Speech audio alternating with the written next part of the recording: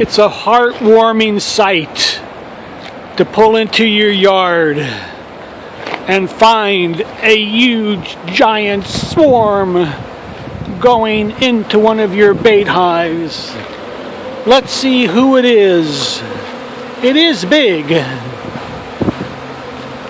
And it's got 1, 2, 3, 4, 5, 6 bait hives to go into.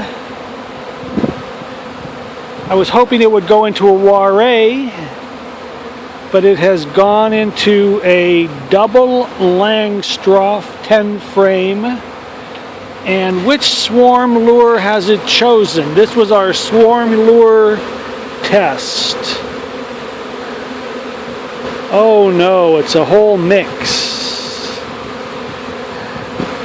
The sign on it says lemongrass oil, swarm commander lure, and queen juice.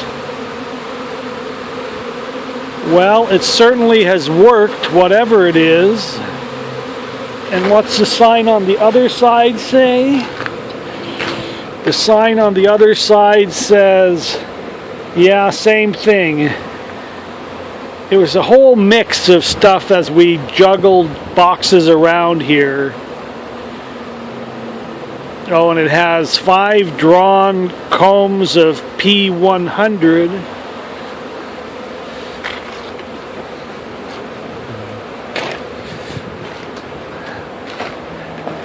Yeah, they were checking out the Warre yesterday but didn't choose it. They've been checking out these for weeks and it's hard to tell. It doesn't look like they came here either. This might be another swarm checking these out.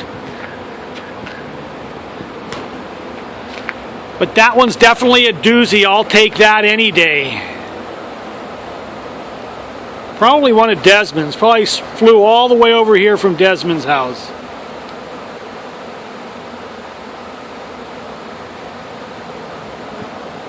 How many pounds do we think that is?